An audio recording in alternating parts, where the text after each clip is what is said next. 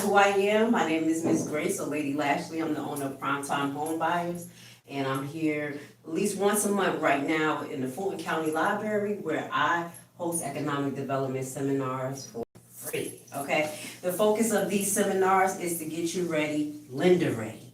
It's very important for us to be very aware of what the lender wants and also prepare ourselves before we put the paper to the pen. All right, so today we're going to start off with 5 essential skills to master before you dive into the market. These concepts can be interchangeable. You're going to see I probably jump from it from different perspectives, but I want to expand your horizons. You'll see what I'm talking about. Sometimes I'll be like, hey, this is related to your home, this is related to this. So, okay, prepare to win. These are the essentials that we're going to focus in on, and that is financial literacy, the foundations of success, risk management, protecting your capital, technical and foundational analysis. All right, so we have to pay attention to the market and learn the market.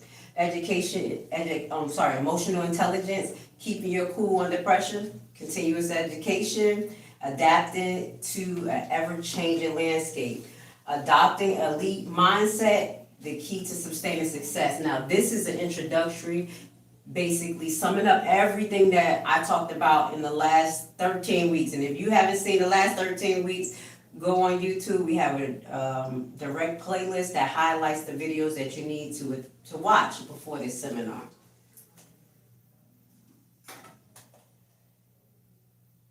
All right, so financial literacy. All right.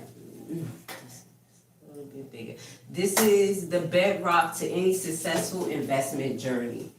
These are the things that I want you to keep in mind. We're going to talk about budgeting and cash flow management, knowing where your money is going, tracking your income and expenses, providing a clear pictures of your financial situation, allowing you to identify the areas to improve. While we do this, we're going to be preparing the same information that we need to do this to understand our cash flow is the same information that you're going to be plugging into your business plan. So it's interchangeable. Understanding different assets classes, that is kind of like the summary of what I usually host at the end, where I'm telling you the importance of getting assets and having assets. I'm into real estate, so I'm into alternative real estate, teaching people how to get in the market from foreclosures, deeds, those ways. So I want you to have an open mind because your business has to have a portfolio outside of yours. So that's when I say understand the different assets. Because when you go to the lender, it's good to have some type of assets, especially if you don't have a lot of working capital. Yeah. Right? So things like stocks, bonds, real estates, commodities, these are classes of assets that you can start to think about now that can connect to your business. Stock market. You're into making wooden sculptures. Mm-hmm. If I was into your league and I wanted to have, diversify my portfolio, I'll look into the stock market and I'll look into companies who cut trees, companies who do things with trees and invest into their business, because that is just basically you're diversifying your portfolio. Does that make sense? And the reason why I tell people to start from what you know, because it's easy to start from what you know. You know who like it and you know who don't. For instance, I tell my son, he's young, he's into customizing and all this type of young people stuff. So I said, whatever young people stuff that you like, find that on the stock market and go invest in it, because you'll be more knowledgeable about when the market's going to drop, when it's going to go up, and that's how we function. You don't just get in because everybody say, go in IBM, go in Comcast.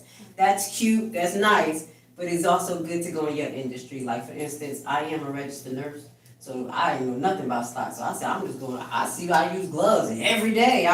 We run through them. I'm going to invest in that. Mm-hmm. I saw what was going on with COVID. I said, I'm going to invest in respiratory company equipment. So does that make sense? Yeah. So, okay. Financial statements, that's another thing that's very important that we went over in the first couple of weeks. Not a lot of financial statements that you need to know about, but you do need to start using them. Learning to read and interpret your balance sheet. You can create that, a balance sheet at home. Start doing your balance sheet. What's your income versus what's going out? Start there. Now, in the first week, it's very strict. Like, it's hard. It's so hard to look at your income and be realistic about what the bills is, what you're spending. But if you don't do that, you're never going to buckle down. You're gonna have to find a way to save. If it's gonna be, I taught the mattress technique, the envelope, put it in an envelope, money order technique, put it in a money order. Whatever you need to do, put in a separate account that you don't have access to. Find your saving method early, now. Because once you get into it, it's gonna be easy for you to manage your money in your business. So the financial statements that you really need to know, because these will be statements that you wanna add to your business plan, which is your balance sheet, income statement, cash flow statement. All right, this will help you analyze the financial health of your company, and they'll be able to see it. The financial health of your house. You see how I interchange it? Because we gotta start at home. If we don't get disciplined, we ain't getting nowhere. Yeah. So key financial ratios, just familiarize yourself with these type of concepts. Familiarize yourself with price to earning, how much the price you're gonna be paying for your product and how much you will earn. Debt to equity. The equity will come in some of these assets that you have versus your debt. And they see that you have these type of balance sheets when you submit your business plan. They like, whoa, okay. They really, this is what I want you to do. Blow their mind so they don't ask you no questions. Okay. All right. All right, so the next thing is risk management, protect your capital. These are some of the things we talked about. So any investment is a risk. Due diligence. Just because somebody nice on TikTok said you're gonna make $1 million, generational wealth, does not mean it's gonna happen. Obviously, we have went through that phase. All right, so we have to build a good understanding of risk tolerance assessment, understanding your comfort level. People were like, just get the $10,000 and I'm gonna I remember someone was teaching how to buy trailers. And this person literally pulled out their 401k $10,000 and it did not work out right. But that $10,000, you knew you wasn't supposed to take that. You wasn't supposed to touch that. So you have to be realistic with what you can do. So don't fall for the fads, the trends, and that emotional intelligence is what really stands out, and having that control. So are you comfortable with the fluctuation in your portfolio or what's going on in your market? These are the things that you want to think about. Giving you an example, just risk tolerance as a business person. Let's say you make your statutes and you made 500 and you had a pop-up show and you basically made too much. You didn't make the money back. So that is the risk tolerance assessment that you were supposed to do prior. Like, okay, what is the chances that I can really sell 500 here? What type of people are coming to this place? Is this my niche? I can do a pop-up, but so these are the risk assessments that we need, because I learned that where I'm going to pop-ups and I'm like, this is not even my crowd. Let's find a pop-up that does health and wellness or focus on real estate or focus on crafts. That is risk tolerance. So diversification is the next thing. Don't put your eggs in one basket, as we just talked about. You want to take your time, but you want to have a backup plan. Spread your investment across different assets classes and geographical regions. That's if you're getting into real estate or those type of things. So position and size, and determine your appropriate amount of investment into your business. The security could be your business. All right. Avoid over allocating any single investment that is especially high risk, like we just said. Stop loss orders. Again, implement stop loss orders, automatically selling a security or automatically selling your product. If you're thinking that your product is going to sell more, just like the example I gave you, stop loss orders. Make sure that your orders are going to go through. You got a good process. You'll be able to get your product to the people. And the reason why we talk about that, because that's part of your marketing plan. When we get into marketing, you're going to be telling the lender how your product get out. Hey, I buy it, it comes to me, I make it, and then I send it to this person to put it in package, and then it goes. That's a whole process that you want to explain to them how much it is, and then you want to refine that process. Say, hey, if I get your money, you're not going to say it like that, but if I get your money, I'll be able to cut this out, and I'll be able to have my own postage machine or whatever. Does that make sense? Yeah. So processes, stop loss orders. These are things that's going to be all within your marketing and budgeting plan together. This same information, you're gonna be plugging it in, and it's gonna be different ways. And remember, if y'all ever come up on a topic that we're talking about, like it just popped in your head, like, oh, this is my mission statement, now I know. Text it to yourself. Send it to your email. Because that's what I did for 30 days. Every section of my business plan, I literally like, this is what I wanna do, and I'll send it to myself. And when I can sit down and look at it, that's when I refine it, and then I have that section, each section. And it just gets more robust. And by the time you finish, you have a 30-page business plan, like where did this come from? Because you took your time. So that's what I tell people, because we all got different ways of learning, and we're just always on the go. So lose electronic life, right? So fundamental analysis is something we're going to address. This involves evaluating the intrinsic value that's basically of your business by examining the factors like the company's financial performance, how much are you actually selling, industry trends, how much can I potentially sell, because this is the industry that I'm in, and all over economic outlook. So these are things we're going to keep in mind when we talk about the financial analysis. Technical analysis. This involves studying historical prices, charts, trends, values, and identifying patterns and predicting future movements. Now, I know that sounds like a lot, but Google is your friend. You could Google, and I give example. My other business is that I focus on passive weight loss. I sell waist trainers and things like that, and before I even pick my product, I'm like, okay, I want to sell waist trainers, but I'm not that showgirl. I'm not out in the streets, so who's gonna want to buy from me? Because I'm kind of corny compared to the people out there with all these beautiful waist trainers. So I'm like, hey, my niche, my market, let's see, how many healthcare professionals wear waist trainers that can be used for back pain and sustainability. That's where I was focused on health-wise. So that opened me up to the market of bus drivers, nurses, all the people who are really like 9-to-5ers. And I picked out a product that would help them with their back problems. So that actually helped me expand on where I was going to go with my product. And all of it was a Google search. How many people have back problems that work in this industry? How many people use waist trainers to support their back? Those type of things. And then prior to that, I did analysis of the whole market, and it was like, this is a $20 billion industry. So from that, I told Linda, hey, this is a full $20 billion industry, this, that, and third. But my niche, as this person who specializes in healthcare, is this. Again, you specialize in your industry, I've been here or whatever, or you have to find a bridge from what you do or your talent into your business. Just find a way to bridge it in. Like for instance, with the real estate, my thing is that if I'm gonna go for lending for that, I'm gonna say, hey, I'm trying to invest in foreclosures so I can get group homes for the elderly. It goes right back to my nursing license, and I'm right back to the real estate, and they see the picture coming together. Yeah. Cause it's like, how are you a nurse doing this? What does this got to do with this? Pull it together, cause they want to see that as well.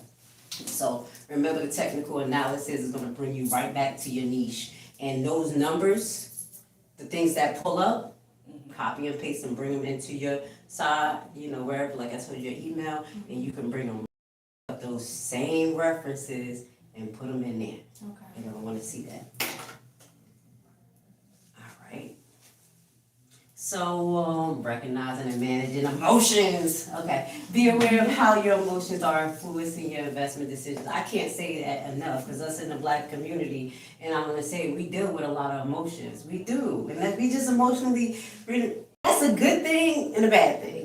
The good thing is that we're able to connect with a lot of people, put all of our love into it, but at the end of the day, it sometimes spiritually blind us and socially blind us. So please be aware of your emotions, understand your market that you're in, and be realistic. Patience and discipline.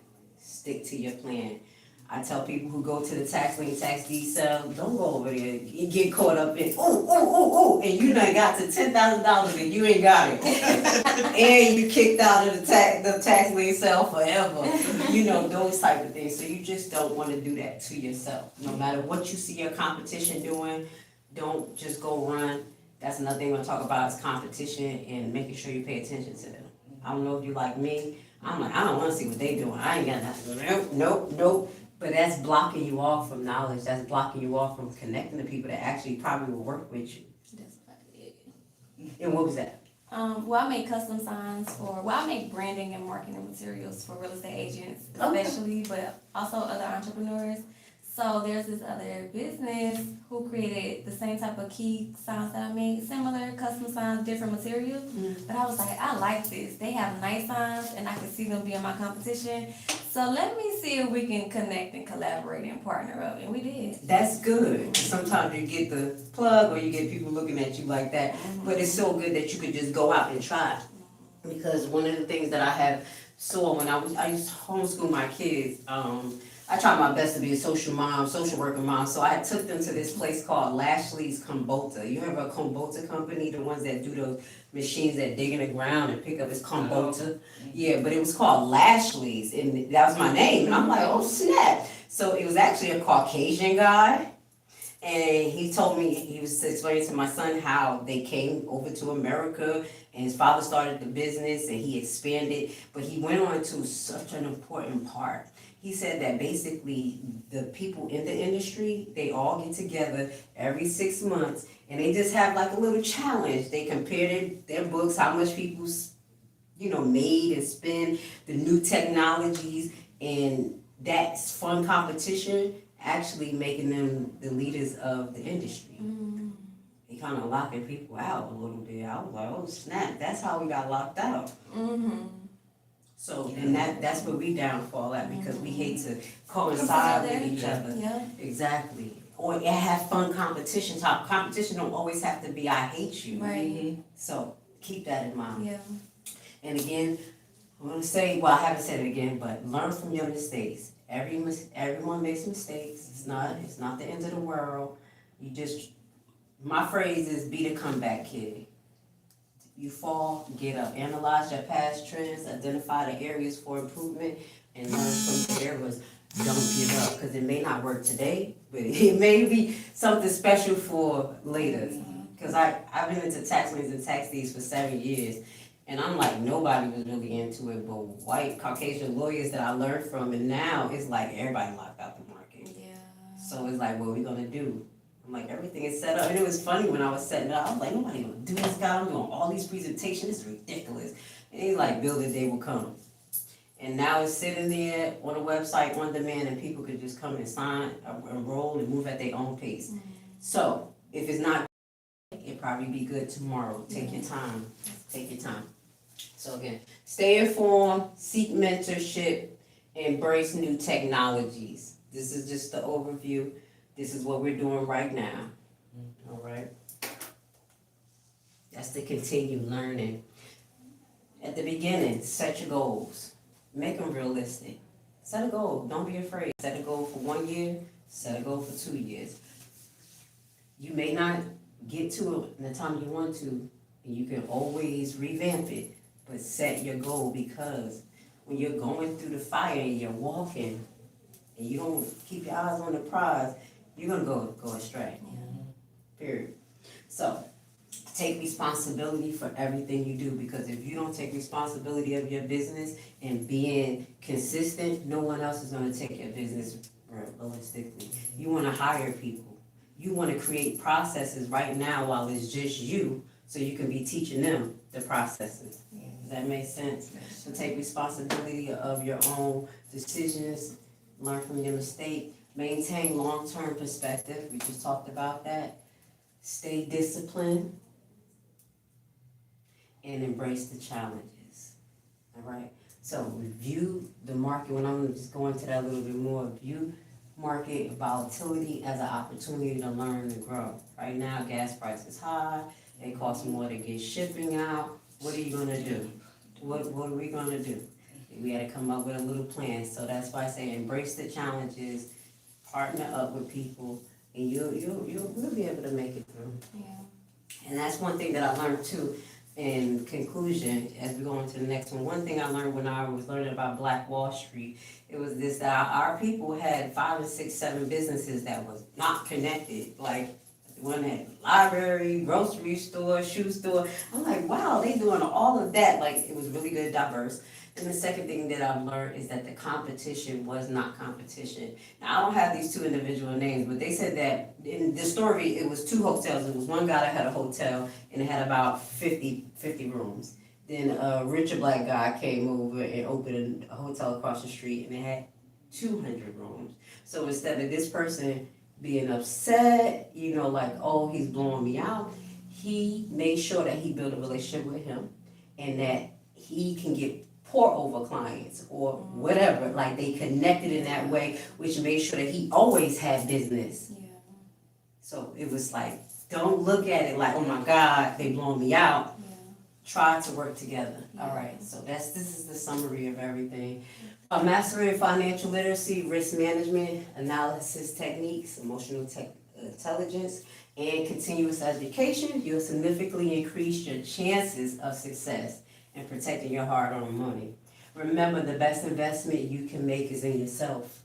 Equip yourself with knowledge and skills needed to navigate the market with confidence and be prepared to win. And I will close that off by saying one thing that my grandma always told me is that they can take everything from you, your money, everything, but they can't take your mind. So if something happened here, you can always take your skills and assets to a whole nother place. That's why I say learn. It'll be all right if you lose everything. You'll always be able to start again. Yeah. All right. So this is about the assets. There's just a few PowerPoints on that, and everything else is going to be pretty much verbal. I can send you this, but everything else is going to be verbal.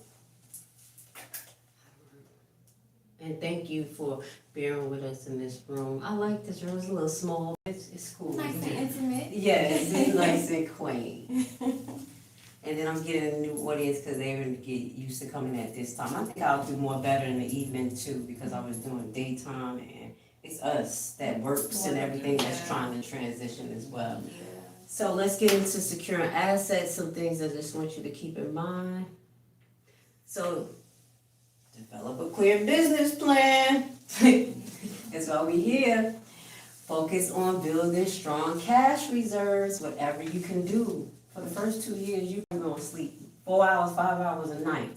If you have a love and you have a passion for what you want to do and you know you got a goal, you're going to be focused on making money. Whatever you can do. Even if you got to get a second job to fulfill that need, do it because it's so important. I promise you. Diversify your assets, base, talk about that. Implement effective assets management practices. I think we're going to go a little bit more into the profit loss statement and things like that. And reinvest profit for long-term growth. Let's not get a boom and sell and then we're going to get nice clothes or we're going on a vacation. It's cool, it's nice to put on TikTok, but when you're not reinvesting yourself, it's not gonna go nowhere. And it's so crazy because I was listening to this video and they was talking about, what's his name, Drewski? Mm-hmm. They was talking about Drewski and some other comic that came out before him. But basically they was comparing how Drewski superseded him because he reinvested in himself. And the other comic was like, I'm just gonna do it from my phone, like I'm just trying to make money. But Drewski saw the importance of building a brand. I think he was talking about that Erica Kirk clip that he did, and he spent $100,000 on that. And he said he didn't get money back from that. And that actually blew his brand up. So these are the things that we have to think about, not just bringing the money in, but reinvesting it for real. You may not see it happening right now, but the more they see your face, the more they get to know you, the more they want to know you. Yeah. So brand yourself. All right, so develop a clear business plan. We're gonna start with a little bit of the elements that you need for your business plan, and these are the things that I say if an idea come to you, text it to yourself, your email, save it, because it probably pop up when you're driving or something, but yeah, get that idea to yourself so you can go back and enhance it. So developing a clear business plan, well crafted, is the foundation to your successful enterprise. A description of your product or service. You can give me an example of your product or your service? I make wooden letters, made from birch plywood, like, wooden letters, canvases, tables, signs. Okay. All right, so with that, you just described your product to me. This will be something that'll be within your business plan, like the first few paragraphs, when again, the detail. But in that same thing, I just asked you for a 3-minute punchline and you didn't even realize it. You could have punchlined that for me as well. So remember, when you're coming up with your product and service description, you want to think of a 3-minute punchline or a 3-minute marketing, what do they call it, sales pitch, that encompass that. Does that make sense? I buy this wood is this, and like I don't know the word, but it lasts forever and it won't get eaten up by termites. This is why. So you throw that in there, and just know that you'll be income. That's why I told you these concepts I'm gonna bring out, but I'm gonna make you see where they plug in, because it's not that hard. Market analysis, your product and your service. You remember what I talked about? Who is my target audience? You want your big target audience, and then you want to pull it down to your niche. I deal with seniors, so I know my seniors always buy my stuff. They're into this type of genre, so I make a lot of this. So this is my base for my product, but then I'm expanding to another target market. These are the things you want to think about now, because that is going to be in your market analyzation plan for your business plan. So what is your market? Target audience and the market size, and all of that can be done on Google. People use Chat GPT, all you have to type it in. I sell wooden statues. How many people in America buy wooden statues? No, how many people in Georgia buy it? And how do they buy it? Where do they buy it? Online, Etsy? So you see how we're expanding, and now we're talking about the places where we're going to sell it. Where's the most robust place I can sell my product for cheap? That is still part of our market analyzation. You see how it's building up? So we got our target audience, and we kind of thinking about what platform, where do they go? Because at that same time, when you think about where they go, you're going to figure out how you talk to them. Facebook. More of my people go on Facebook. They're not going to like YouTube, so that's not where I'm going to go. More of my people will go here. Figure that out. Yeah. Competitive landscape, competitive advantages. What is your advantage? What is your advantage? This is the thing you have to think about. Like you said, you looked at your competition, you saw what their advantage was. So what's your advantage? Or what could you tweak to make your advantage? Yeah. Are you asking me? Yeah, you can. Okay. My advantage is I make signs out of material that lasts forever. So I use epoxy resin. Most real estate closing props are cardboard or foam boards, things that you have to replace over time. For me, if you take care of your product, it'll last you a long time. Another advantage is I'm able to customize it to fit your branding. So we don't have generic colors. We use colors that are literally your brand colors. So if you have a specific shade of teal or pink or blue, we can make your signs in that specific color. Okay, so that's going to make me go and think about price competitive. So since it's such a unique niche, okay, so then you have to find the midway between your competition and yourself. Yeah. And who's going to be your audience? Okay, I serve a more upper class audience, but how many people are going to actually buy that? So you can also have this type and then have another type that can cater to Which is why I partnered with the other people. Ex- Their price point was lower too. You see, exactly. So you want to find for yourself as well. Yeah. You know, we partner. Mom, yeah. Hold up. Okay, so that is the competitive landscape and advantage that we want to think about, because that's going into our business plan. Organizational structure and management. Well, it's just me, but I market. But I'm thinking about getting someone who market for me. Where would I go? I think I want to go on, that's right, it's Fiverr. So I'm talking to the lender and basically saying my organizational structure is just me for right now. I need this money because I want to expand. I want to market. I'm going to use $5,000 to market between this date and this date. I'm going to be able to do that because I already researched that I can get a contractor that is about this much to run my ads. This is what you're gonna tell them, because that's when you start, because you're gonna have to tell them what you're gonna do with the money. Mm-hmm. So you're starting to tell them now what you're gonna do with the money, and you're two birds, one stone. My organization is gonna expand. I already have someone set up that I have in mind right there that's gonna be able to do this, email marketing or whatever. And you can also let them know, management team, you can talk about the management platforms that you have.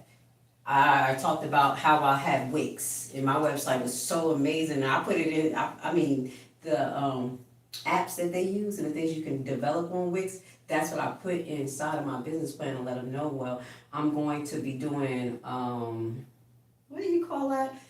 Is where you, it's right at the tip of my tongue, where I'll have somebody recommend my product and they'll get some money off of it. What is that? Affiliate, yeah, and that was my goal. I said in the next 2 years, as my business grow, I'm gonna do affiliate marketing as well. The website allowed me to do this. My website allowed me to put out my emails, and then so they can see that you already have platforms that set up, you know the price, you're already starting to budget. Does that make sense? Yes. Alright, so the market sales strategies, we kind of running right into it, because we talking about where we're gonna be going. I'm gonna be on Facebook. My guy who's gonna be marketing me, he's gonna be doing Facebook ads for me. That is the structure right there. Or he's gonna be doing emails, because that's where I get more response. Wherever it is, that is part of the marketing and sales strategy as well. That's falling right under that, your organizational structure. Everything should just flow right in. Now, as we get into the details of each section, when I talk about it, you're gonna hear me talk about like this could be this paragraph and this paragraph and this, because you're gonna see me basically put it into an MLA format for you when we talk through. And you're gonna see me say kind of the same things, but then it's gonna be a little bit more structurized. Okay. You'll hear it. All right, so marketing and financial projection. Hey, right now, I'm making $10,000 a month, or I'm making $5,000 a month. But because the market is so robust, I can actually make $10,000 if I have this amount for marketing. And now you're telling me, again, what you're doing, financial projection, I can probably increase it from 10 to 15,000 within this time frame. Realistically, because on your website or wherever you're at, they have trends on who comes to your page. Even Facebook doing that. You can see who comes to your trip. So you can get more technical. You don't have to, but you can be like, hey, based on the last couple of months, I'm seeing my revenue go up as well as the people who are following me, which is potentially more sales. This is my marketing outlet. So you can get these information from the websites that we have already. So that's what I'm saying, it's not, and you can pull these charts, take a picture of it, and snapshot it and put it in. Say, this is my actual projections for last year. Okay. Easy peasy. Because I always wonder, like, how can I project where I would be financially? Like, how do I even come up with that? With the numbers that we already researched, the market analysis, hey, this is a $2 billion market, my little sector is this. It's all about guesstimation, but realistic guesstimation. All right, so focus on building a strong cash reserve. That's, again, prioritizing your profit. Ensure your business generates significant profits to cover operational fees and reinvest in the company. I don't have a lot of overhead because everything is done online now. This is me talking to the lender through my paper. Well, right now we don't have a lot of overhead because everything is done online. So our expenses are pretty low. Only thing I pay for is my website, or I pay for the little marketing. So divide that over a couple of months. You'll let them know how much you do monthly, and then you'll be able to basically project what you can do in the future, your operational costs. So just keep that in mind. All right, manage work capital effectively. We know that. Optimize your inventory. Don't buy too much. Buy what you need. Set your payment terms up, your agreement up. If you have a website, put a disclosure page at the bottom. It makes you more credible. At the bottom, this is your copyright, your disclosure. they have that in Wix where you can go to like the legal website, I forgot the name of it, and they'll give you a whole disclosure about your product and your website, how you don't sell the information. That disclosure, put that on your website because it makes you more credible. So just keep that in mind. So you want to optimize your payment terms, collections, and maintaining. Again, if you have somebody that's paying over time, make sure that you have that set up correctly within your system. And you want to show them. I have customers that pay me over time. So I always have flowing income. You can show them that. Implement cost savings measures, regularly review expenses, and identify opportunities for cost reduction without compromising your quality of service. I think that's something that you may want to look into, because you got some high fancy stuff and we want some fancy stuff, but we probably ain't got a lot of money. So you gotta find a way to meet us in the middle too, so you won't compromise your quality, but then get people who a little thrifty like me. I don't care if I have $1 million, I'll be like, wait a minute. You know, and there are some people that's just like that. I like quality, I like stuff, but then you wanna, because I'll be a customer for life though, if you get me. So just think about those type of people and don't compromise your quality. But again, you have your partner. And if, I don't know if you have a referral, well, a person that you know, not partner, but you said the other company. Yeah, if you get referrals from that, like some kickbacks, that's something that you could keep in mind as well. Okay. Set aside funds for emergencies. That's the 5 to 10% I told you to be saving since you've been home. Before you open your business, you was getting your life together. So make sure you have your backup money. It's not easy to do, guys, I know. But if anything, have a backup credit card that you don't touch, that you just don't touch. At least you'll be able to use that in a time of emergency. Yeah. All right, so these are the diversified assets that I highlight. The real estate, I always push it. Invest in commercial or a real property. Your business. I don't know if you need storage. Maybe later on you'll need storage. So you think, okay, I put my stuff in storage. I have a storage unit I pay. Later on you want to get a storage unit maybe at your home. Save you money, and that could be inside of your business plan. I store all my products here in this particular place, but I want to have my own storage place at my house, and it'd be better if I just spend $5,000 or $10,000 on one storage instead of paying $100 something every month, and then it becomes an asset for you. Does that make sense? So these are the things that you want to look at for the future.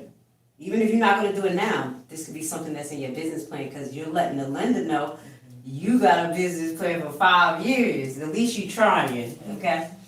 Protect your intellectual property. Whatever you make, if it's trademarkable, if you could patent it, do it now. I know, don't be discouraged. I had someone who kind of discouraged me when I went to get my course trademarked and my logo and everything, and he was like, well, people don't usually do that unless they're making this amount of money, $100,000 a year, and been in business this long. I said, no, sir, you're supposed to be the lawyer that helped me get my patent through. We're not supposed to be talking about this.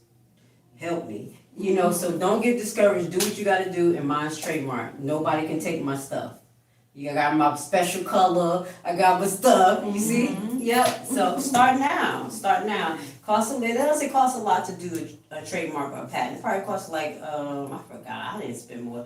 I think I just spent like $500 because I did the application myself, and I got to the end part and I needed help about the color. I forgot what it was. We got a little technical at the end, and the lawyer was able to help me finish it off. And if you need any information, I have an amazing lawyer.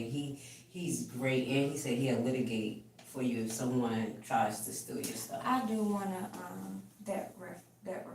Okay, so when I send you your email with, you know, the SWOT analysis, I'll give it to you. He's amazing, because he was right after that guy who discouraged me. Yeah. And I was like, so.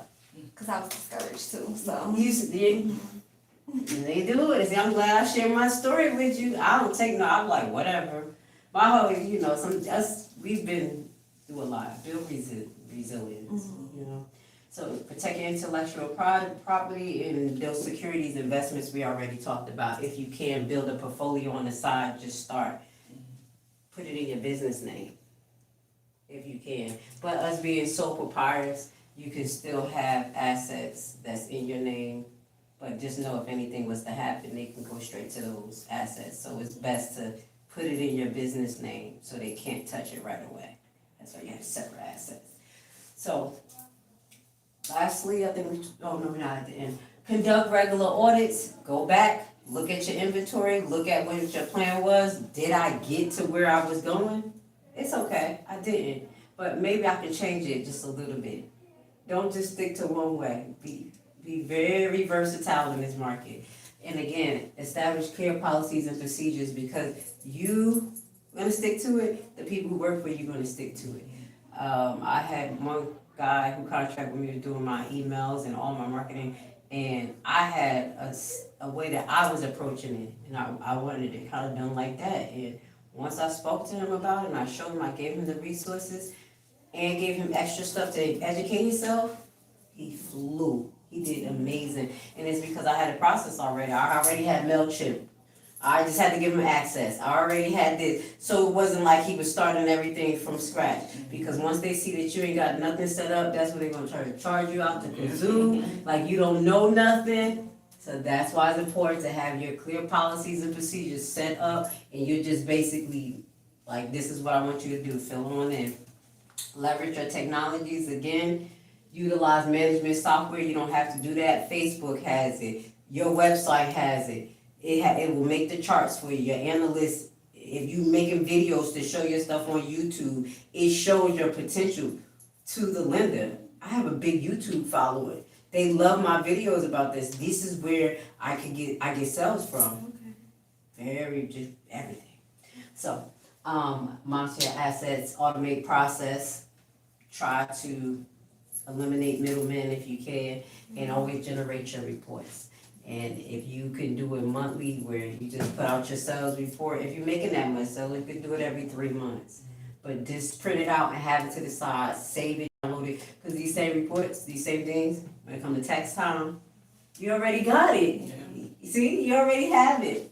All right, and if you have something that you need insurance, get the insurance. Whatever it is, like if you have houses, get your insurance. You gotta protect yourself, whatever market you in. Don't put a liability on you. All right, so reinvest profits for long term. It's gonna cut, I think, close off on there, and then we're gonna do the rest of the talking. All right, research and development. Allocate funds for innovativeness, product development, process improvement. Reinvest back into your business. For the first 3 years, don't even pay yourself. That's why I say you may need to get another job. It's nothing.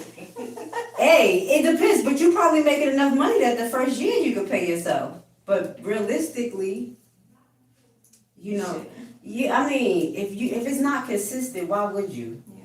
You can't even pay yourself consistently. You're just playing with yourself. So it's like the first year or two, reinvest it. Reinvest. It's just you. It won't hurt because you'll benefit from it. She's like, woo wee.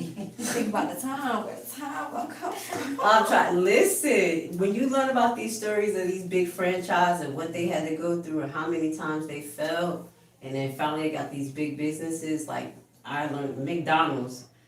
That guy, he failed so many times, but he ended up being the shark at the end, and he ended up not only creating a franchise, stealing a franchise from somebody else. Yeah, he stole McDonald's name from a single person, like a single company. It's so bad. I'm so sorry. But the good thing, the only thing I can say is that he was smart because he was buying the land that he was leasing as franchise. So he owned the land, and you had to pay the franchise fees.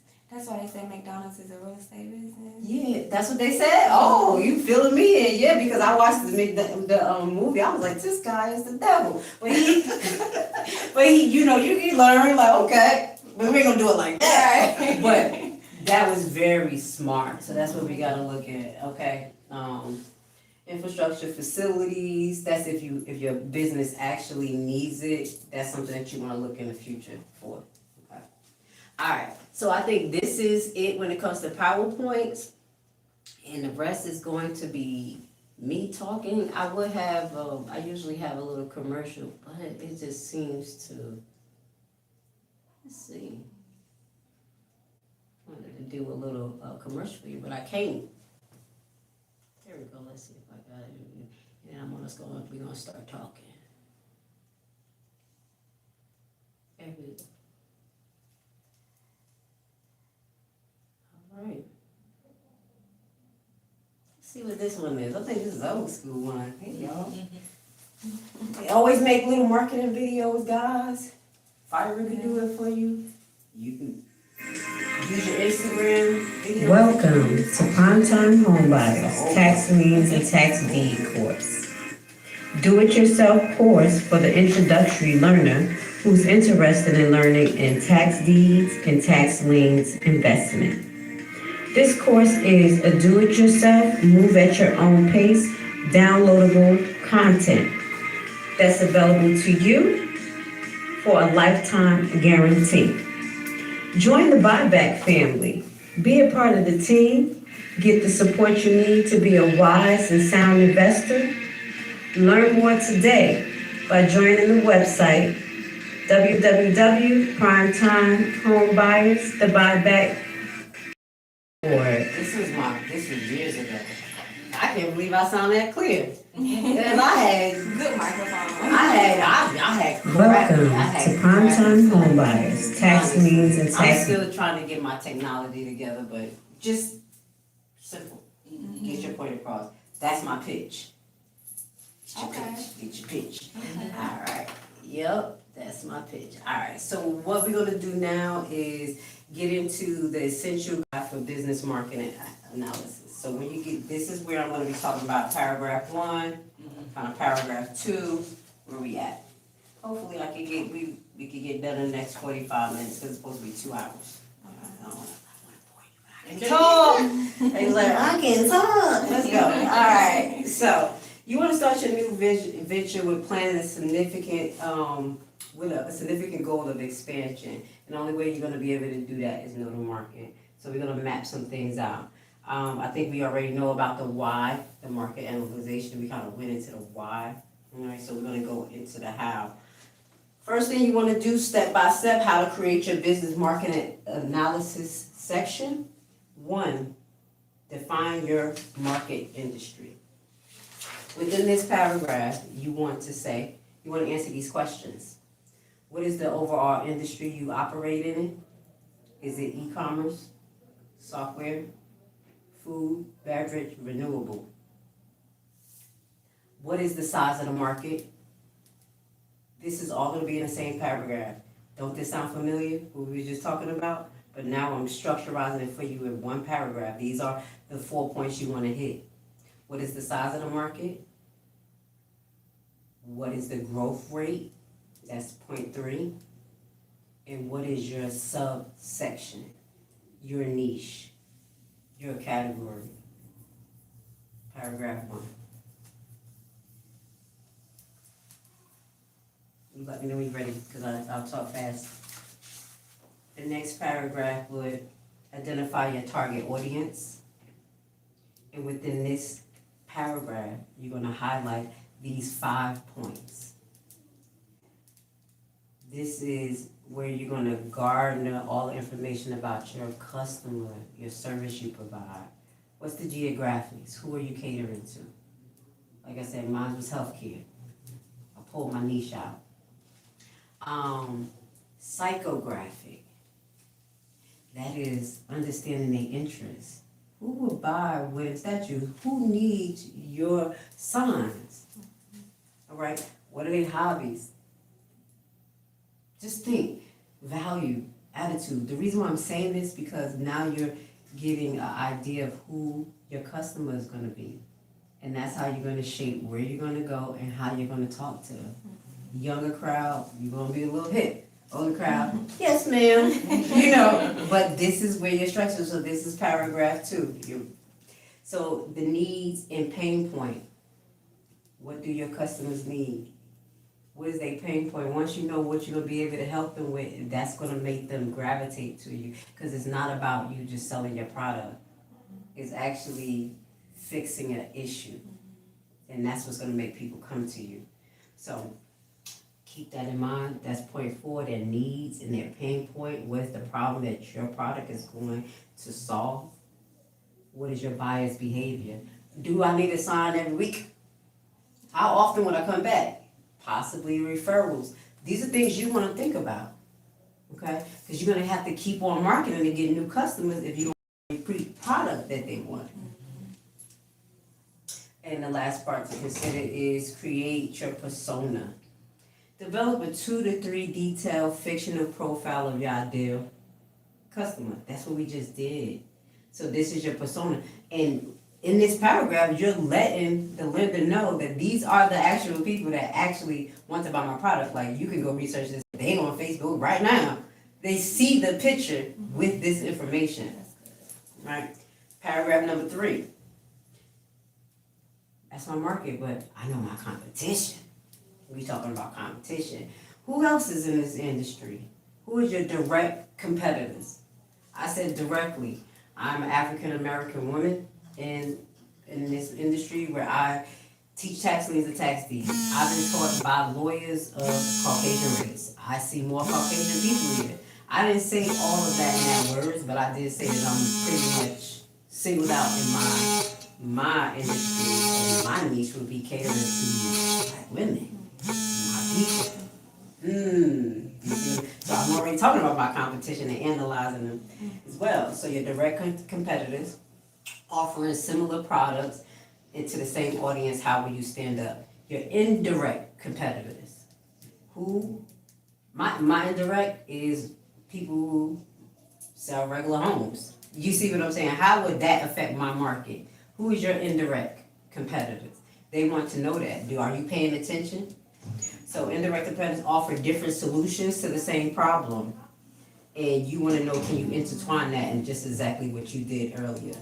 Substitute products, exactly what we was talking about. Like, if you maybe want to substitute for something you can make, or you can refer somebody to her and she can give you portions of that money, whatever she made. Business, B2B, business to business relationships. That's what you want to make as well. All right, so the substitute products is something that you want to bring up. If you have one, if you don't worry about it. For each competitor analysis, if you're going to do more than one competitor, but you just probably pull up one, you talk about their product, the prices, how it compares to yours, their strengths and weaknesses compared to yours, and their market and sales strategy. They're on Facebook, you're on YouTube. Which one has the best, outcome? Or you're on both. I'm on all 3. And that's what you're telling the lender. Like, I'm far past that. We got the process going. They want to see that. All right, so the last part of this section 3 will identify your unique sell position. That's pretty much what we talked about. That's everything that we talked about. What makes you different and better than your competitors? That's where you're going to close off. So, excuse me. In this 4th paragraph, it basically functions from the last paragraph, where you're going to be talking about understanding the market trends and the forces behind it. What are external factors would influence it, your product? Would it stop it? Would it help? And these things that you could consider in this to say, hey, the political tone right now has the gas prices up. My product will help people because they don't have to travel, or whatever it may be. But you look at what is the outside influences, so you could let them know that you're not only thinking about your competitor, you ain't always thinking about me, I'm coming in and this is going to be, no, realistically. Can this grow in this economy? That's when your projection becomes realistic. You remember you said you wanted to see how much, how do I? Like, for real, I can't, so many people struggling. Let me see how I can make it in the middle in this economy. Okay, so that's some of the things you want to kind of highlight in this 4th paragraph. You could go into the geographical shifts, social shifts. For myself, if I was going to do another loan, I can say right now, people are locked out the market. Before, I didn't say that. I just said it was alternative. It was nice, people who don't want to go the conventional way. Now it's like, if we have half America locked out the market, this is something that people really need to learn about. Yeah. Now I can push that in that section. Does that make sense? Yeah. And you can go into other things like the law that's around it, or the environment, like climate change. These trees are cheaper now because of this, so I can get my product from tree cutters for that. Does that make sense? Or I got land that got trees on it, and I cut my own trees. Look, I'm trying to get you to get some Okay. land. I like that. Yeah, I have some land in Maryland that I'm actually trying to get a tree company just to cut the trees. Oh. Because I can't really build a home on it because of the size. So I always teach people other ways to be creative, you know. So yep, if you wanna lease it out to electricity company, they put a pole up there, things like that, you go into the trees, yeah, you can get the trees. Alright, yeah. So let's move on to 5. This is our 5th barrier, paragraph, and we're still in market analyzation. This is the things they wanna see. What's your barrier? And I talked about, I said my same thing that is my blessing is barrier. My barrier is that I'm not like few African American women that's into this. And usually when you're dealing with other nations that's more male dominant, they don't want to have nothing to do with you. So in that part, I will let them know that it is a challenge when it comes to that. But this is how I circumvent that. I'm part of a lot of women groups. I'm part of a lot of community groups. So I'm building with people on a one-to-one basis, compared to my competitors who are not really friendlies. So you see, that's my barrier. That's my barrier to entry, okay? And if you have any barriers to exit, I don't know, like if you had a whole bunch of stuff that you needed to sell off. But that's just something that you could throw in there that's optional. But the barrier to entry is something maybe you want, because you want to tell them like, hey, I noticed what's going on, and I got a plan, baby. They're not gonna ask you nothing after all of this. Okay, so paragraph 6, price analysis. That is the same thing we just talked about. Now in paragraph 6, you're bringing it together. Your competitive prices, the value-based price. What do your customers perceive that your product should cost? I just gave you pushback already. I was like, girl, I was thinking about you being my real estate person, but your stuff fancy how much it costs. You see what I'm saying? Let's keep that in mind. So value-based price, what do your customers perceive, and you want to meet that in the middle. Cost plus price, meaning what does it cost for you to produce it? What profit margin do you need to reproduce it? These are the things that you're comparing. What your customer want to pay for it, how much it actually costs, and what the market is selling it for, and how you could balance that out. You telling the lender, this is where I can be, and then in the wintertime, I sell it more because it's more of a demand. Summertime, I do sales, and people end up buying more in value because it's on sale. Alright? So you want to talk about your price analysis and adjustment if that's part of what you can offer, okay? And that goes under price elasticity. Some of these words we haven't heard, and that's why I'm bringing it to y'all, because they ain't teach me this in high school or college. So I started researching, like, what is that? I was like, oh no, my people gotta know this stuff. We're gonna be talking like this. Okay, so price elasticity. How sensitive are customers to the price change? Would you be able to change your price? Did you spoil your customers? Did you price it too low and now they can't go up? Keep it in mind when you're pricing your stuff. So you want to price elasticity, how far you can go and go up. Okay, go up or go down. Now, I think that says 6, yeah. That's the six paragraphs that you can put in there. There's some things, if it don't apply to your business, don't. But I promise you, if Belinda see all of that, they ain't asking you nothing. So some of the tools and resources for your analysis that I want to just give you. Primary research, you can use surveys, you can interview people, you can look at what people are doing on Facebook and what they're talking about under somebody else's product. That's observing. Or you directly engage with the potential customers when you're out there and you're at a pop-up shop and you're thinking about having your own product there and you watching like, what y'all doing? You start, you basically analyzing the market right there. So that's tools you can use. The secondary resources that already exist, that is the data that you can get from online, and that is like government database, if that connects to you.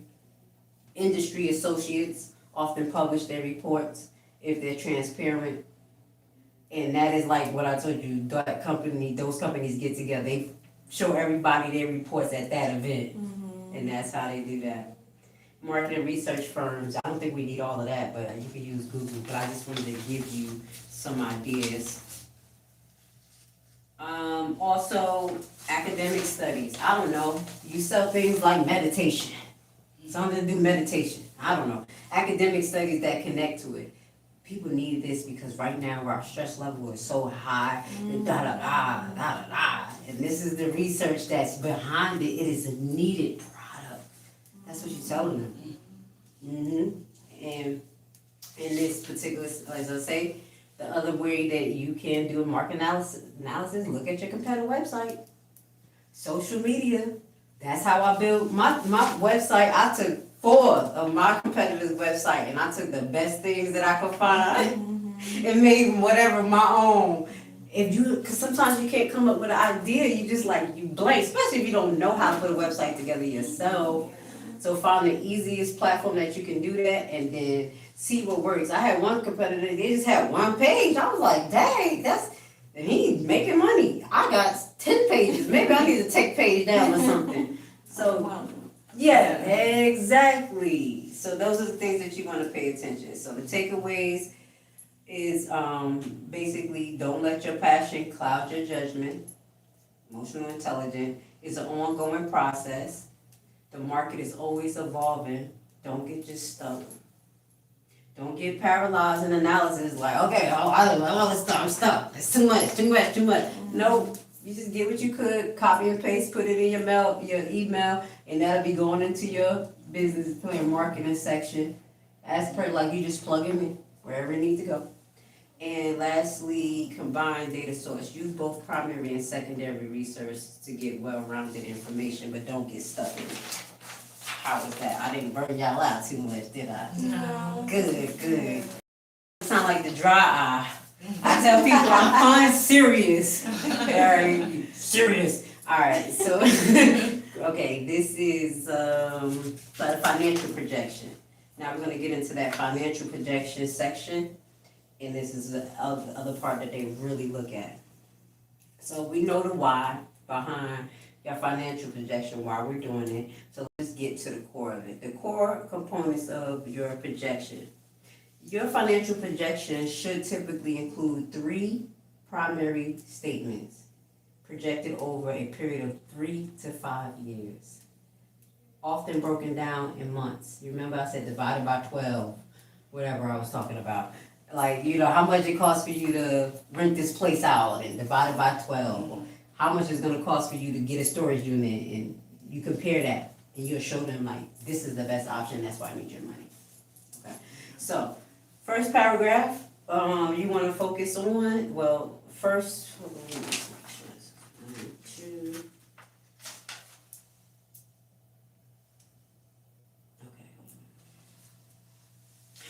Okay, so before we get to the first paragraph, these are the 3 things that I want you to know, the actual statements that you should print out, know them, use them in your personal life, and then you'll be able to use them in your business.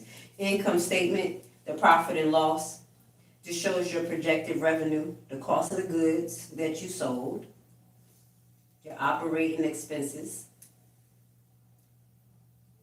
and ultimately your net profit. So, what you bought it for, how much you can sell it for, and what your other expenses should be on that paper. And then you'll be able to see what you actually have as equity at the bottom. Whatever's left is your equity. You could be negative or positive, but even if it's not a lot, because I'll tell you, I was broke. Like, I wasn't broke. I just didn't have a lot of money coming into my business when I got the loan. But my plan was so robust, and my credit was so good, and I did have a functioning job. So they said, hey, I'll give it to you. So that's something. So the income statement, learn about that, find one that'll work for you, start using it at your home, and then put it into your business. Cash flow statement, that's pretty much your bank account. Just know you can see You can even use the charts from your bank. Don't your bank break them down like Yeah. how? Those are income statements that you can use.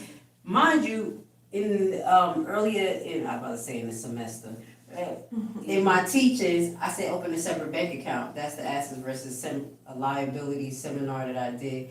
That separate bank account now has that whole everything that we need. How much you've been spending, how much been going in, whatever. That is what you can just plug in right in, because you have a separate account. You don't have to reinvent the wheel at all. All right, so that cash flow statement is actually the bank account. And lastly, the last important thing is the balance sheet. This provides a snapshot of your business financial health, details of your assets, what you owe, your liability. My house is $150,000. My liability is that I have to pay the mortgage. I'm just throwing personal stuff, but you plug that into your business. Pay the mortgage, I pay the insurance and maintenance. So this is how much I spend versus how much I get. Mind you, your first home is not an actual asset, but let's say that's the second house and I got somebody renting. So it makes sense now. That's how we'll be getting the balance sheet together. So what's your liability? And it'll show your equity, the residual balance of your business, what it's worth. All right, that's the next part. So now we're gonna get into the paragraphs, step by step. First paragraph, start with your assumption. What is that? This is the most crucial step. Every number in your projection will trace back to an assumption. Be detailed. We was already detailed. We already know how much the market is, possibly. We talked about that. So now we plugging in the numbers here, but realistic numbers. We ain't gonna say we could make $20 billion because the market's $20 billion. Well, I could probably make this amount based on where I'm at, but your resources already there. You just pulling it all over. So again, you'll start there. We'll start with your assumptions. And this right here the market size. How big is the target audience? Customer acquisition. How many customers do you expect? Before you talked about how many is just in the industry. But now you're gonna talk about your expectation. I expect to right now I get 50 customers a month. And I'm expecting to raise that in the next 6 months to 100 customers. And they'll look at that like that's really a real expectation, because look at the market. All right, so your expectations is highlighted of the customer acquisition, the pricing strategy, what would you charge? And that's when I told you before, well, the summertime I'm going lower, this time I'm going higher. But that first, in the market analysis, you just said you should let them know this is how much my products sell between here and here. But in this part, you're saying this is what I'm going to sell it for on this time. Now you get in detail with you. What are you going to do? Again, I just gave you a pricing strategy. Sometimes I sell less, so I got it on sale. It makes my units move faster. Wintertime I sell a lot, my prices go up because they need it. Selling strategy right there, and that's within your first paragraph. And if you have this information already in the market analyzation with your operational costs, I don't think you should have details about your operational costs. You was more general there, but this operational cost, you're telling them the details. My raw material is $2.99. My labor is this. My shipping is this.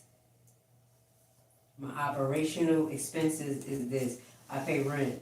I rent this room out to do it. This is where you're plugging in your real numbers there. Okay? Before it was like what the market was saying. My expenditures. This is what I spend every month based on 50 sales. So I know if I do 100 sales, this is how much I possibly spend. And this is how much I need to see. This is why I need your money. And then you're gonna break it down towards the end of how you're gonna spend their money. You're gonna show them how you're gonna spend their money. All right, so funding in this particular part, you're gonna, let's say, this is how much money I need. This is the why. You're summing up, that's why I need $15,000 or $40,000 from you because of this, because I need to do this. The timeline is gonna start to fill in, but you see how the picture is coming together. The lender is like, okay. It's no questions to ask you because he's seeing the picture. And in this particular, when you're finishing off, you want to talk about your payment terms. All right, and this is it all in kind of like the first section. Your payment terms is, I'm gonna get $40,000. I'm gonna be able to pay $250 a month. But my goal is to pay $250 for the first 6 months and increase to pay towards the principal. But what lenders like to see is that you're thinking smart. And what I told my lender is that you give me $40,000, I'm saving $10,000, so it could be secured to make my payments to you for the first 7 months, 8 months. So they're like, okay, that's giving you time to build it, and our payments is secure. You see what I'm saying? Yeah. Mm-hmm. So that's something that you want to see, and I think that'll do you some justice when you add that. So justify every assumption by a little research, okay? Refer to the industry benchmarks that you looked at already. What you looking? Okay. Industry benchmarks that you already kind of pulled up in the last section, and you're gonna plug them here. Okay. So then we're gonna get into, based on your assumptions, this is gonna be the month by month projection. This second paragraph now, you're gonna say, based on your assumptions, the number of customers we just talked about, the prices of units to sell that you may sell, how much it takes you to actually create it. Now we're gonna forecast your sell month by month. I just said you selling 50 now and you wanna get up to this amount. In this paragraph, that's where you're gonna show them. That's what you're gonna, you can't really show them, but that's where you're gonna make it make sense, realistically. I know in 3 months that I can get to 75 sales a month, and then by 6 months, I'm gonna be at 100 sales a month, and you've been being paid already, and now I have enough income to continue to, you ain't gonna tell them that, but you know. Yeah. But that's gonna be in that paragraph too, right there. All right, so paragraph 3, forecasting your costs. Again, this is pulled out from paragraph 1, but more detail. Because it's like MLA, you ever wrote a report? Mm-hmm. That's your intro. You saw everything that I ran over in the first paragraph, that was literally your intro, and now you're doing one by one. All right, so that'll make sense. All right, so now paragraph 3 is your forecast, where we're just gonna pull that from paragraph 1 and say, hey, the cost of my goods is this. Operational cost is this. You're just focusing in. Just remember that different people are gonna look at your business plan, and some of them focus on different areas. Yeah. The financial person is gonna look at the finance part. Marketing probably look at the marketing part, but they don't wanna look at finance, because their eyes don't read like that. That's why it's so repetitive. And then the CEO just looking at your first opening like, okay, this look good. Go to marketing and look at that, so that's how it goes. All right, so the 4th paragraph is building your core financial statements. Those statements that we talked about, you already did them. You already got them going. Your bank account, you got your profit and loss already, and this is where you're gonna pull those numbers into a paragraph. Income statement, you're going to subtract the operational expenses from the gross profit to get your net operations. So you're gonna talk about how much the net operations is. You're writing out that. That's it. Cash flow, I get $50,000 a month. This is just like what I just told you. You're just writing that out in detail. My balance sheet shows this. Whatever highlights on your balance sheet that you already got, you just write it in that little section right there. All right. 5, the 5th paragraph, you want to create a scenario for them. The best and the worst. Okay. The best case scenario, so in single case projection, a single case projection is not good enough. Everything's gonna go well. Everything's gonna go well. You gotta be realistic. Everything may not go well, and they wanna see that you got a plan. So base case scenario, you're gonna break that down. Everything goes better than expected. I should be here in 6 months with myself. Boom, boom, bam. Realistically, if I don't meet that, I probably can do 75. It'd be, benched at 75. The worst case scenario is that I will be stuck around 50 sales to 60 sales, but we already have a good amount of customers that are consistent customers, and the platform I have is growing. Let's go back to that platform. Look at that. You see that? You see that, Linda? You compensating for your loss, but you're gonna tell them like something could happen. But look what I already have set up. I already have the money to the side to pay you for 7 months. So I should be financially good by that point, and that's what you want to tell them. So that's creating the scenario in paragraph 5. Paragraph 6 is the last paragraph, and that is review and refine. You want to check your numbers. So review and refine, that's not a paragraph, that's pretty much the last step. Let me correct that. Review your numbers, make them make sense. Don't do what we do. Don't J Blackhouse, J Morris Blackhouse. I gotta bring it up.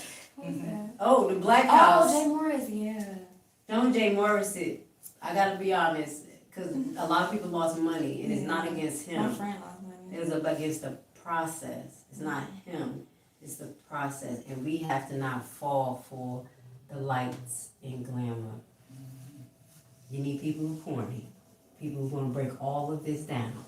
Because when I went over there and I was gonna invest, when I asked for the profit statement, what you need, the profit statement. I was like, and if you ain't doing this, you ain't doing nothing. I was like, I'm out. We're not about to do this. We grown. I'm not about to put my money. But I look at things different.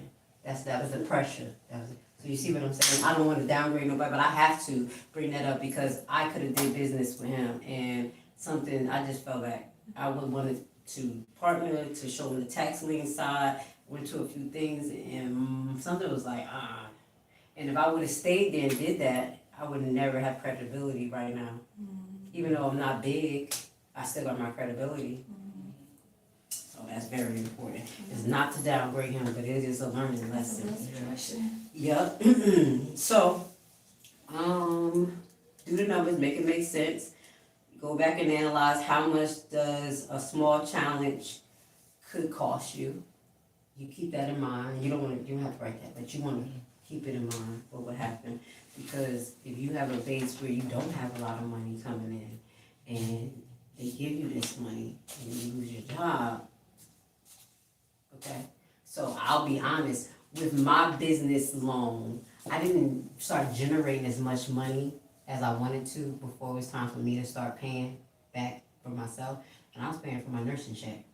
And the payments is $650 a month. Be ready.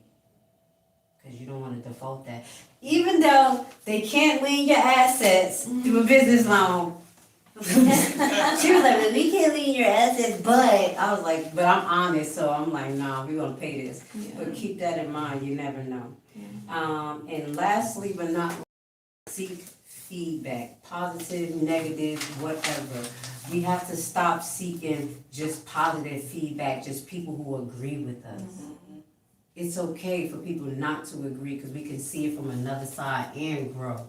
Yeah. So don't always take criticism as like it's knocking me down. But if somebody always saying something bad about you, don't give them your information. You know how we are. We can't feed everybody our dreams. Yeah. But if someone realistic and they're like, hey, come on, no.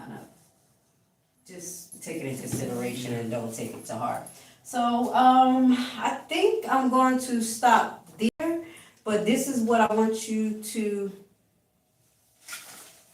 keep in mind, some places where you can get some money from. Hold on one second, business lender mindset. You have a question? No, that was gonna be my question. So where do I find these said lenders?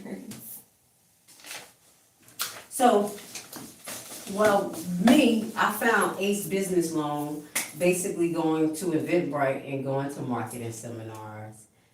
That's where I found Ace Business Loan, and that was pretty good. The next place that you can go to find other business loan is the Small Business Administration of Atlanta. very robust information. They hold seminars for free. You can sign up for free. They'll teach you how to go through the certification process to sign up for grants. They have that set up as well. The Ace Women Center that I have got the loan from, they have a whole business side where we can go and see all these free seminars about pitching, about everything I talk to you about, I learned from them. And I can send that to you in Ace Women's Center. But the Small Business Administration, wherever, they should have a branch somewhere in your county, in your area. For me, I didn't really like the branch. I don't think I had the branch. We don't have one in Henry McDonough. So I'm in Henry County, so I just came out to Atlanta because that's the best, like where you can get information. Federal grants, you'll find that through the Small Business Administration. They'll be able to tell you about that. Criteria for that, you want to go to, I think they're called procurement seminars. They like procurement, government procurement. So you can also look into government procurement contracts for small businesses like you. They government contract everybody. I mean, I even heard that they contract like it was graduation for something and they needed people to make cap and gowns. Once you learn the procurement process, that can help you be a vendor for the government. So some of this information that I share with you will be the information they will need in that nice business plan. And that'll help you. So go look into government procurement. You can find procurements under $20,000. It's a process to learn, but once you sign up and everything, it opens the doors for you. So I don't know my niche because I do real estate and stuff, but when you have products and things, they buy it. You have certain services, so look into that. So let's see. Grants. Let's just talk about grants. They have a grant called Amber Grant. I want you to look into that. The Amber Grant named in honor of young women who did not live to their full entrepreneur dreams. They award monthly and annual grants. These grants can be found on grant.com. You ever went on grant.com? Maybe a while ago. If you go on grant.com, that's not just for grants, it's for loans too. Okay. So they're also for sponsorships there. Okay. And they teach you how to write a grant proposal. So go on grant.com, there's a lot of free services for you, and that can help you on your way. And then you have, like they give, it's not scholarships. They do scholarships there too, but they give, business grants for people who need to write off, like AT&T. If you're in technology, they have some business grants for you. They have things like that. Yes, and then those business grants could come with sponsorship. Mentorship. Mm-hmm. I remember it was one like Visa was sponsoring women entrepreneurs, and they were tagging whoever one could be with a mentor for 6 months and to help them make sure that they get to where they want. So go look on grant.com. It's really good. So they have things, grants like Galaxy Grant, provide micro grants to women and minority-owned startups to help basically I'm trying to get it out. I'm sorry, I've been up since 5 o'clock this morning. Mm-hmm. To build a bridge between what we're missing. So it's focused on that. So it's to build a bridge between the funding gap. So that's one. Where else do we go? Corporate funding. They also have companies, like I told you, they have corporate funding companies. FedEx does grants, Visa, Comcast. Research thoroughly on grant.com, and that'll really help you. So I think the Small Business Administration, also the last thing I'm going to give you, because I'll send this to you, crowdfunding websites. I thought about crowdfunding. And they need that business plan and a nice little video. And if they really like your product, you'll have people who crowdfunding, you don't have to pay them back. So you gave me your email address, and what I'm going to do is forward you the 3 PDFs that I have with the SWOT analysis, the financial breakdown sheet. It's just basically a layout. You don't have to follow this. You can make your own business plan. You could, I took I'm always mixing stuff. And I took the best layout and then I filled it in what I needed. So you can always create your own business plan. Just be creative. So what I'm gonna do is make sure that I send you some grant information, loan. I'll send you the link to the Small Business Administration, ACE, and crowdfunding. As soon as I get home. So do y'all have any questions? Did I provide some good detail? You did. You answered all the questions I had in the back of my mind already. So. See it? I'm like, don't talk to me. I always been like that. Like I'm just gonna answer everything. So just have it. So if you have any questions, I'm gonna email you. You have my email address. I have free membership on Prime Time Homebuyers, so you can sign up there and look at some of the videos I have for members only. Or you can just go on my Secure Your Energy page and look at all the videos I have there. They're more, how can I say it, not unconventional. They're just not as focused, as detailed as this will be. Okay. Those on some of the Secure Your Energy page, I can talk about economic issues and stuff. I haven't made a new video there, but I do have 2 different YouTube pages. One is Primetime Homebuyers that has actual course information, and Secure Your Energy is what goes with my marketing and seminars. So I'll send you both, because if you ever want to get into tax liens, deeds, whatever, I have abundance of information free. Okay. For like no issues. My main thing is, with my course, is teaching you how to do your due diligence. I'm gonna close off by saying this. I've been a nurse for 14 years. I've been traveling. I did traveling for 9 all through the COVID, and the only way that I survived in nursing and traveling is because I knew the fundamentals and how to plug it in wherever I went. And that's what I want to teach you guys. These concepts I teach you, you can plug it in wherever you go. So with my course, I teach people how to do a deed search. Literally, the title company do. Even though you can't certify your own search when you go to transfer the property, but at least I teach you everything they look at, and you'll be secure before you go invest, instead of not knowing what's going on with the property. Now, I'm telling you that particular skills because it could be plugged anywhere. If it's for you investing in deeds, you're investing in foreclosures or tax liens, you still need this section of doing your due diligence. So I'm like just teaching you the keys to plug in wherever you need to go, like a real school. Okay? So that's it. We made it. I did good. My mouth just going. You let me know if there's any suggestions, if anything I can add, take away. But do y'all think y'all learned a lot about those 2 major sections? Yeah, no, this was really good and thorough. Okay. Yeah. Thank you. You covered all the bases. Okay. Thank you. All right. So you'll be getting an email from me before the end of the night, before 12 in the morning when you wake up, it'll be there. And it'll have just some links where you could go to get some funding, as well as those other PDFs. Okay. So you can start there. And tomorrow I will be back. I'm doing foreclosures. So I'm gonna be teaching how to invest in foreclosures, very detailed. And that's what caught my attention first, actually. Yeah. I saw your foreclosure one. Yeah, And then I so saw this it one. is very detailed, and I'll teach you how to do it. Okay. Alright. Okay. It's such a pleasure to meet you, ladies. Thank you. That's my twin, you my mama. Privilege at this point.